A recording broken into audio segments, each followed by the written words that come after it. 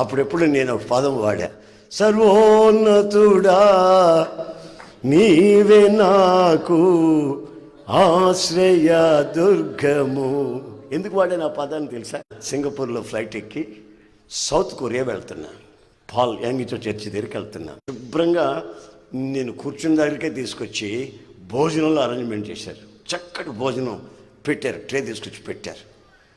అప్పుడు నాకు అనిపించి ఇంత ఎత్తులో ఎగిరిపోతూ ఉంటే ఇక్కడ రాజభోజనం నుంచి పెట్టారు రా బాబు, వీళ్ళు డబ్బులుగానే అడుగుతారేమో అనుకున్నా. తర్వాత పక్కన ఆయన అన్నాడు, డబ్బులు అడగరు, టికెట్లోనే ఉన్నాయి ఇవన్నీనో తినేయమన్నాడు. అప్పుడు ఆ ఆహారం తినేశా. ఇక్కడ ఉంటేనే ఈ సంతోషం, ఈ ఆనందం అయితే మరి సర్వోన్నతుడు అని నీ దగ్గర నేను ఉంటే అది ఎలా ఉంటుందని ఊహించి ఆ పదాన్ని అక్కడ ఉపయోగించడం జరిగింది.